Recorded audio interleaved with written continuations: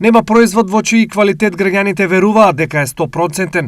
Посекуваниот квалитет од пред 10 и повеќе години според нив веќе го нема, а споредбата е невозможна. Покрај квалитетната рачунат и да протурат неквалитет.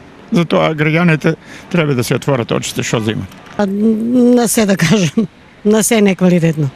Не јадеме ништо квалитетно, на времето беше квалитет, сега не. Ако сомнежот треба да се сведе на 5 основни артикли, најголема диверзија на квалитетот на храната се врши на следните артикли. За сумомесното и за сирењето на многу продавници на многу места не е добра. Не е добро, на многу места не е добро. Не е добро на многу места. Па сумоместното сигурно за тоа што не знаеме внатре што има, а инаку за другата е очевидно. Освен на прехранбените, граѓаните се цврсто убедени дека манипулација со квалитетот има и кај средствата за хигиена, готовите јадења и други производи. Кој е начинот на заштита? Сите недоследности треба да се пријават веднаш, иако државниот инспекторат преку надлежните институции врши редовни контроли на декларираниот квалитет на храната.